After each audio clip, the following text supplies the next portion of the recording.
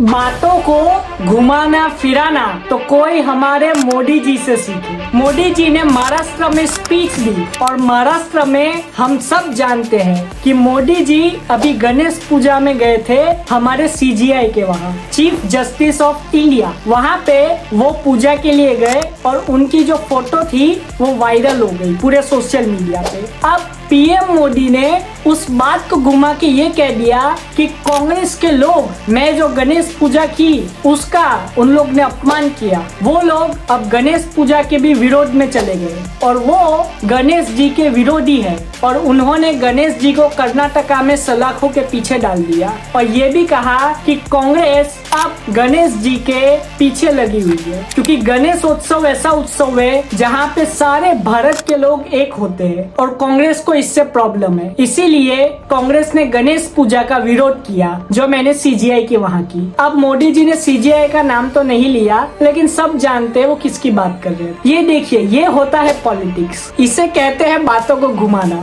और इसे कहते हैं कि अपनी गेंद दूसरे के पाले में डाल देना। अब मोदी जी ने राहुल गांधी जी पे भी जमकर हमला बोला और उनका नाम लिए बगैर कहा कि कुछ लोग विदेशी मिट्टी पे हमारे देश को बदनाम करते हैं। उनको मोदी जी ने अर्बन नक्सल और टुकड़े टुकड़े गैंग बुलाया। सब जानते हैं कि टुकड़े टुकड़े गैंग और अर्बन नक्सल जो है वो बीजेपी के द्वारा यूज किए जाने वाले वर्ड है और वो हमेशा कांग्रेस को टारगेट करते हैं ये वर्ड के साथ। पीएम मोदी जी ने भी वही किया और पीएम मोदी जी ने राहुल गांधी को एंटी नेशनल बताया और कहा कि हमारे भारत में जो सबसे करप्ट पार्टी है वो कांग्रेस की पार्टी है और सबसे करप्ट जो फैमिली है वो कांग्रेस की रॉयल फैमिली है। अब रॉयल फैमिली कौन है सब जानते हैं, सोनिया गांधी, प्रियंका गांधी और राहुल गांधी। आगे हम जाए, पीएम मोदी जी ने कहा कि तेलंगाना में कांग्रेस ने वादा किया था फार्मर्स का जो लोन है उसको वो